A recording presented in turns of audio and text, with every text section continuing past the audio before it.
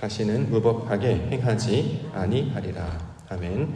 신명기 17장 2절부터 13절까지 본문입니다. 이스라엘 중에서 악을 제하라. 이스라엘 중에서 악을 제하라 라고 하는 말씀의 제목입니다. 오늘 본문에서는 악을 제하라 라는 말씀 주시고 있습니다. 12절 나와 있습니다. 12절 말씀. 사람이 만일 무법하게 행하고 내 하나님 여호와 앞에 서서 섬기는 제사장이나 재판장에게 듣지 아니하거든 그 사람을 죽여 이스라엘 중에서 악을 제하여 버리라. 이렇게 증거하고 있습니다. 악을 제하라 라고 주시는 말씀이 오늘 내용인데요. 먼저 악에 대한 개념을 우리가 이해할 수 있어야 될 것입니다. 악, 나쁜 것이라는 뜻이 되겠죠. 해로운 것을 나타내는 말이 바로 악입니다. 그러면 어떤 것이 나쁘고 해로운 것인가? 성경에서는 해롭고 나쁜 것을 뭐라고 이야기하냐면 하나님을 알지 못하는 성질이나 그러한 상태를 가리킬 때 이걸 악이다, 악하다 이렇게 이야기합니다. 즉 하나님께서 말씀을 주셨습니다. 근데 그 말씀을 깨닫지 못하고 알지 못하는 상태, 이걸 가리켜서 악이다 이렇게 이야기하는 것이죠. 세상은 하나님의 창조물, 피조물입니다. 따라서 세상을 통해 우리가 살펴본다고 하면 하나님은 그 가운데 알만한 것들을 숨겨놓아서 발견케 해주셨습니다. 로마서 1장 20절 말씀에 보면 창세로부터 그의 보이지 아니하는 것들 곧 그의 영원하신 능력과 신성이 그가 만드신 만물에 분명히 보여 알려졌나니 그러므로 그들이 핑계하지 못할지니라 이렇게 증거하고 있습니다. 창세로부터 보이지 않는 것들이 나타났다라는 거죠. 그러므로 하나님의 뜻을 알 수 있게 해주셨다라는 의미가 되고 있습니다. 그런데 사람들은 그러한 것들을 보고도 하나님의 뜻을 전혀 깨닫지 못했다는 거죠. 자, 이러한 상태를 가리켜서 악이다 이렇게 이야기하는 것입니다. 자, 이제 하나님의 말씀을 좀 더 구체적으로 자세히 나타내시기 위하여 계시하셨습니다. 이것이 바로 말씀인데요. 말씀을 통해서 하나님은 계시하셨는데 사람들이 그 말씀을 들었어도 여전히 하나님의 뜻을 알지 못하는 상태가 되었습니다. 말씀을 듣지도 않을 뿐만 아니라 순종하지도 않은 상태, 이것을 악이다 이렇게 이야기하는 것이죠. 누가복음 9장 45절 그들이 이 말씀을 알지 못하니 이는 그들로 깨닫지 못하게 숨긴 바 되었습니다. 또 그들은 이 말씀을 묻기도 두려워하더라. 유대인의 대표적인 특징은 말씀을 듣지도 않고 깨닫지도 못하는 자들이었다라는 것입니다. 그러므로 하나님의 온전하신 뜻을 알지 못하고 깨닫지 못하게 되겠죠. 자, 이러한 상태를 가리켜서 성경은 악하다, 악이다 라고 이야기하는 것입니다. 이러한 악의 상태, 이러한 나쁜 상태를 거두어낼 것을 악을 제하라 라는 말씀으로 주고 있습니다. 하나님의 뜻을 알지도 못하고 깨닫지도 못한 상태로 그냥 머물러 있는 것이 아니라 거기서 벗어나서 하나님의 뜻을 아는 자들로 변화될 것을 가리키고 있는 말, 이것을 악을 제하다. 다른 말로 하면 하나님의 뜻을 알지 못하는 상태에서 벗어나서 하나님의 기쁘시고 선하시고 온전한 뜻을 깨달아 아는 상태로 바뀌어가는 과정이 바로 구원의 과정이고 신앙의 내용이 되는 것이죠. 오늘도 주신 말씀을 통해서 하나님의 뜻을 깨달아 알게 하시고 그 하나님의 뜻 가운데 거하게 하여 주시옵소서. 이렇게 우리가 기도 가운데 나아가기를 원합니다. 오늘 본문을 통해서 악에 대한 내용 좀 더 살펴보고자 합니다. 자, 성경에서는 무엇을 악이라고 이야기하는가? 2절부터 보겠습니다.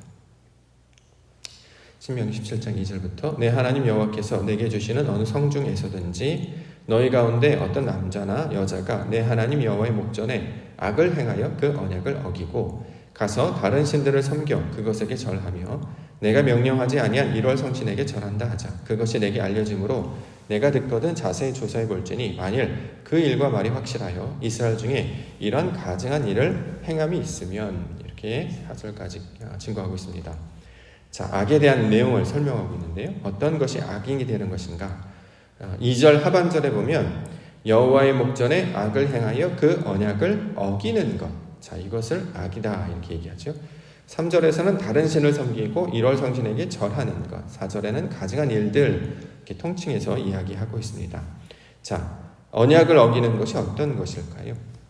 성경에서 언약을 어기다라고 하는 말씀에 어기다라는 단어는 건너가다, 지나가다라고 하는 말입니다. 즉 하나님이 주신 약속의 말씀을 넘어서는 것. 자, 이것을 가리키고 있는 말이죠. 말씀해 주신 의도가 있었습니다. 그러면 그 의도대로 하나님의 뜻대로 깨달아 아는 것이 중요한 것이 되겠죠. 그런데 그것을 하나님의 뜻대로 판단하지 않고 하나님의 마음으로 이해하지 않고 자신의 의도와 뜻대로 왜곡하거나 말씀을 해석하거나 그에 지나는 것으로 그 말씀을 받을 때 이것을 언약을 어겼다 이렇게 이야기합니다. 마태복음 5장 37절 오직 너희 말은 옳다 옳다 아니라 아니라 하라 이에 지나는 것은 악으로부터 난다 이렇게 얘기합니다. 하나님의 말씀의 뜻으로부터 아버지의 뜻을 말씀을 이해해야 되는 것이죠. 자, 근원도 말씀이고 그것을 해석하는 대상도 말씀입니다. 그런데 근원이 말씀이 되지 아니하고 자신의 생각, 자신의 뜻이 되게 되면 이것은 지나가는 것, 넘어서는 것이 되고 있는 것입니다. 11절 말씀에 보면 좌로나 우로나 치우치는 상태, 이게 이제 말씀을 어기는 상태가 되겠죠. 자, 그러니까 어떻게 되는가? 다른 신을 섬긴다 이렇게 얘기하죠. 성경에서 말하는 다른 신은 하나님 이외에 다른 신을 가리키는 말이 아니라 자신의 뜻대로 행동할 때 이걸 다른 신을 섬긴다라고 이야기하죠. 그 모양이 어떻게 나타나느냐? 1월 성신에게 절하는 모양으로 나타납니다. 1월 성신, 하나님께서 주시는 날, 달, 그 모든 것들, 별 이런 것들은 하나님의 뜻이 담겨져 있는 상징입니다. 그것을 통해서 우리에게 하나님의 뜻을 가르치는 것이죠. 그래서 하나님의 뜻이 무엇인지를 깨달아 알면 되는데 그것을 깨달아 알지 아니하고 절하고 섬기는 것으로, 다시 말해 자신의 욕망을 채우기 위한 수단으로 그것을 이용할 때 이것을 1월 성신에게 절한다 이렇게 이야기하고 있습니다. 로마서 1장 21절부터 23절에 하나님을 알되 하나님을 영화롭게도 아니하며 감사하지도 아니하고 오히려 그 생각이 허망하여지며 미련한 마음이 어두워졌나니 스스로 지혜 있다 하나 어리석게 되어 썩어지지 아니하는 하나님의 영광을 썩어질 사람과 새와 짐승과 기어다니는 동물 모양을 우상으로 바꾸었느니라. 자, 이게 사도 바울의 증거인데요. 바로 이러한 상태를 가리켜서 악의 내용으로 설명하고 있습니다. 말씀에 지나는 것, 하나님의 뜻에 지나는 것, 하나님이 원하시는 것을 사람의 생각으로 판단하여 자신의 유익에 따라 그것을 왜곡하거나 자신의 뜻대로 이용하여 그것을 판단하는 것. 자, 이것이 바로 악이다, 악한 상태다라는 거죠. 그런 악한 상태에 있는 자들을 어떤 상태로 바꾸시냐면 본문에 따르면 돌로 쳐 죽이라 이렇게 설명하고 있습니다. 5절부터 7절까지 너는 그 악을 행한 남자나 여자를 내 성문으로 끌어내고 그 남자나 여자를 돌로 쳐 죽이되 죽일 자를 2사람이나 3사람의 증언으로 죽일 것이요 한 사람의 증언으로는 죽이지 말 것이며 이런 자를 죽이기 위하여는 증인이 먼저 그에게 손을 댄 후에 뭇 백성이 손을 댈지니라. 너는 이와 같이 하여 너희 중에서 악을 제할지니라. 자, 사람을 죽이다라는 말, 이거를 우리가 진리로 받고 있죠. 문자로 받게 되면 실제로 죽이라라는 뜻이죠. 그러면 이제 살인하다라는 의미가 되지 않겠습니까? 악을 행한 남자나 여자를 돌로 죽이라를 문자 그대로 받게 되면 살인을 집행하는 것과 똑같습니다. 그렇게 되면 십계명의 6번째 말씀을 문자로 받아서 사용하는 것과 똑같이요. 그럼 부딪히게 됩니다. 십계명의 6번째 말씀이 살인하지 말라였는데 본문은 죽이라 이렇게 말하고 있는 것이죠. 그렇기 때문에 이건 문자적으로 받게 되면 부딪히게 됩니다. 왜곡하게 되고 엉뚱한 길로 나아가게 되죠. 실제로 중동에서는 이걸 그대로 받아서 실제로 돌로 죽이는 일을 하고 있죠. 하나님께서는 사람이 죽는 것 좋아하십니까? 그럼 우리 하나님 불의한 분 되는 게 아니겠습니까? 성경에서 말하는 죽이라라는 개념 우리가 새롭게 살펴봤는데 죽이라라고 하는 개념은 사람의 목숨을 끊으라라고 하는 것이 아니라 영적인 죽음을 가리키고 있는 말이었습니다.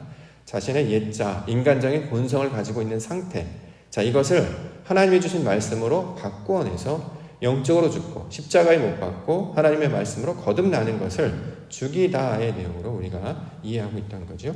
따라서 오늘 본문을 진리적 관점으로 해석하면 남자, 여자, 이것은 하나님의 말씀을 가진 자들을 가리킬 때 표현하고 있는 말이었죠.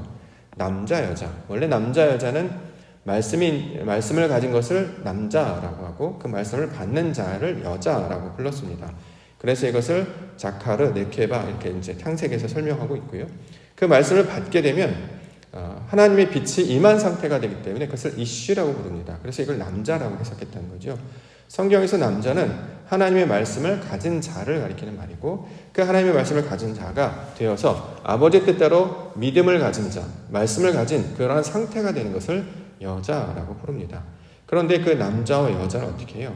죽이라라고 이야기하는 거죠. 말씀으로 다시 거듭나게 하라라는 뜻이 되고 있습니다. 자신의 육신과 욕망으로 말미암아 하나님의 말씀을 가진 상태에서 아버지의 말씀대로 자신의 생각과 욕망을 다 내려놓고 다시 하나님의 말씀으로 마음을 돌이키라라는 말씀이 되고 있습니다. 돌로 쳐 죽이라는 말이 나오는데요. 여기서 말하는 돌은 아버지의 속성을 나타내는 말이죠. 자, 하나님의 뜻, 아버지의 속성, 그의 온전하신 것 완전하심, 그것이 바로 하나님에 관한 속성인데 그의 말씀 안에서, 그의 은혜 안에서, 그가 가지신 하나님의 뜻 안에서 원래 가지고 있는 말씀의 뜻을 다시 깨달아 온전하게 변화될 것을 가리키고 있는 말. 자, 이것이 바로 너희 중에서 악을 제하라 라는 말씀으로 주고 있습니다. 마지막으로 주신 말씀, 말씀대로 행하는 것 가르쳐주고 있습니다. 11절과 12절.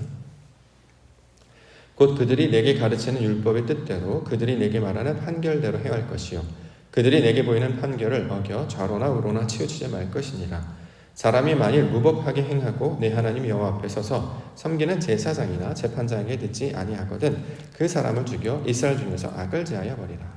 자, 섬기는 제사장, 재판장에게 듣지 아니하면 그 사람을 죽이라 이렇게 얘기하죠. 그럼 사람의 말이 되지 않겠습니까? 이걸 문자적으로 받으면 제사장이 말하는 것, 제사장이 전하는 말씀, 재판장이 말하는 그 선포, 선언을 받지 않는 것을 가리키고 있는 말이죠. 그런 사람들은 다 죽게 되지 않겠습니까? 여기서 말하는 제사장, 재판장 무슨 뜻이냐면 이걸 우리가 진리적 관점으로 말하면 제사장은 누구를 가리키는 말입니까? 하나님의 말씀과 결합한 자들을 가리키는 말이었다는 거죠. 자, 레위인들, 자, 하나님께서 광야를 통해서 인도하셨던 이스라엘 백성들이 나중에 하나님의 말씀의 뜻이 무엇인지를 알아서 하나님의 뜻 안에 거하게 될 때, 하나님의 말씀과 결합하여서 연합하게 될 때, 그걸 뭐라고 했냐? 제사장 이렇게 부릅니다. 그래서 베드로전서 왕 같은 제사장이다 부르는 이유가 성도를 가리키고 있는 말이에요. 하나님과 결합한 모양, 하나님의 열매를 맺은 그 제사장, 재판장의 모양으로 살 것을 가리키고 있는 말입니다. 그의 말을 듣지 않는다고 하면 사람이 얼마든지 이것을 자기 뜻대로 오용하거나 임의대로 사용할 수 있게 되겠죠. 그러면 선한 피해자가 나오게 될 것입니다. 그런데 이것을 우리에게 주신 말씀은 너희가 하나님의 말씀을 받은 자, 즉 제사장과 같은 자, 재판장과 같은 모습으로 되었지 않았느냐. 따라서 자신의 욕망을 내려놓고 그 말씀 앞에 하나님과 결합하고 아버지께서 주신 말씀의 열매로 그 진리로 하나님과 결합한 자로 살 것을 가리키고 있는 말입니다. 그렇기 때문에 우리에게 적용을 해보면 말씀대로 살라 이런 말이 되겠죠.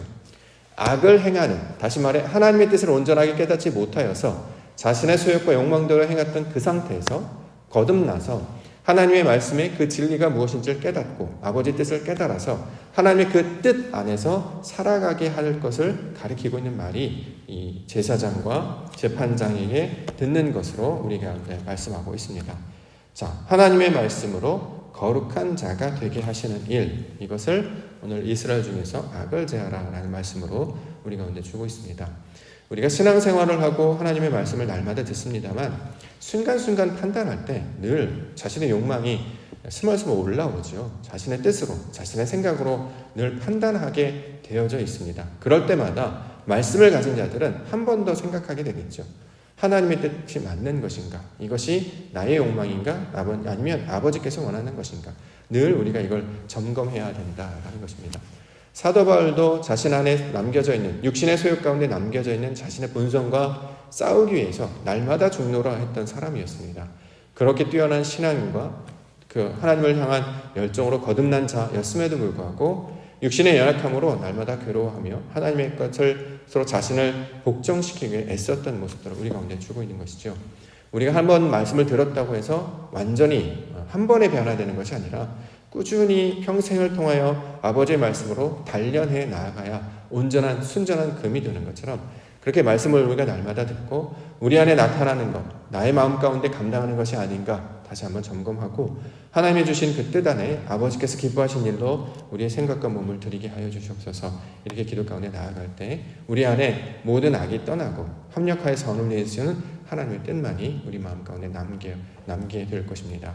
오늘도 주신 말씀을 붙잡고 아버지 하나님, 하나님의 뜻을 붙잡는 자로 살게 하여 주시옵소서. 사람을 기쁘시게 하거나 나의 욕망대로 살아가지 아니하고 오직 하나님의 나라와 의를 구하며 그의 뜻대로 나아가는 하나님의 백성 되게 하여 주시옵소서. 그래서 우리 안에 그리스도 예수의 진리로 나타나게 하셔서 세상 가운데 소금과 빛의 역할을 감당하며 살아가게 하여 주시옵소서. 이렇게 고백하며 하나님과 동행하며 나아가시는 믿음의 하루 되시기를 주의 이름으로 간절히 축원합니다.